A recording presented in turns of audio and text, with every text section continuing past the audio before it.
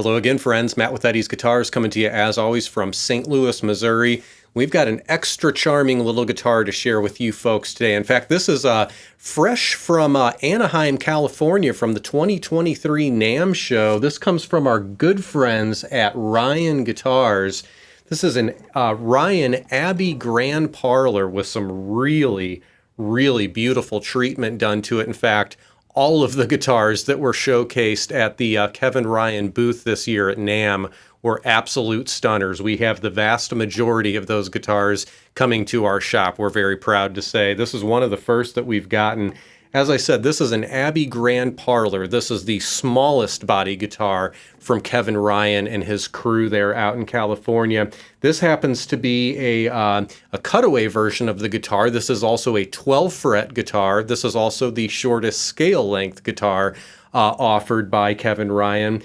Scale length coming in at 25.5 inches, still a full length scale length for most small body guitars, which we really like to see.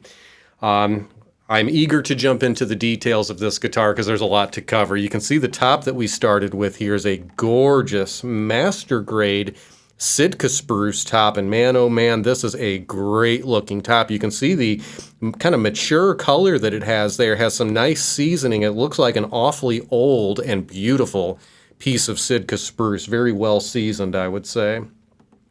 Binding theme on this guitar is the classic Ebony binding theme, and of course that includes the Ebony forearm bevel here that has those acoustic flutes carved right in. Back and sides of this guitar are a really beautiful set of Cocobolo. Great looking, intricate back set on this. Great, figure to it. Just interesting grain pattern all the way through. Even the sides are really just stunningly beautiful with a nice, generous helping of sapwood there in the sides of the guitar. Really sharp looking.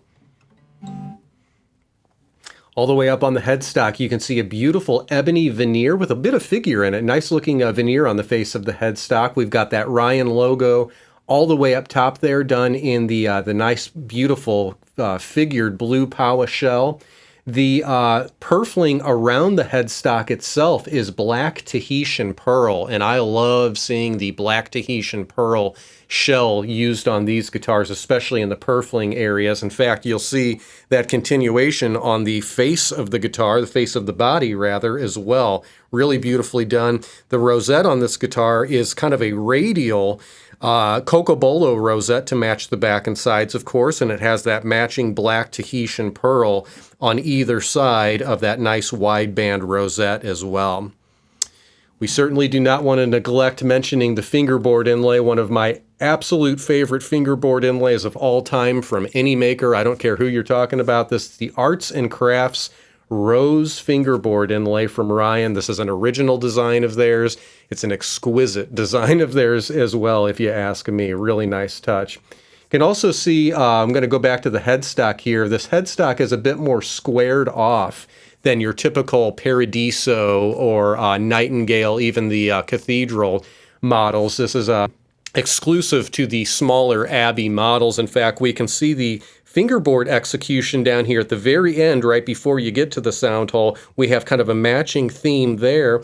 And then the Ebony bridge, we also have kind of this squared off stepped design as well. Very kind of Art Deco kind of vibe to this guitar with all the kind of carved details on it and everything. Really beautiful.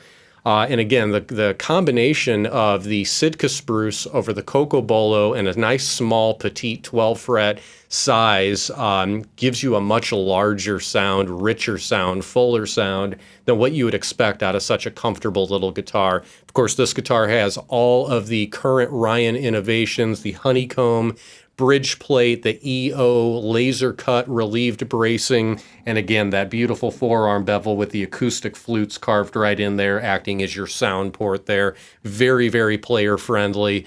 I sure wouldn't be disappointed being a spectator listening to this guitar either. So let's take a listen to this beauty now. I didn't mention the tuning machines.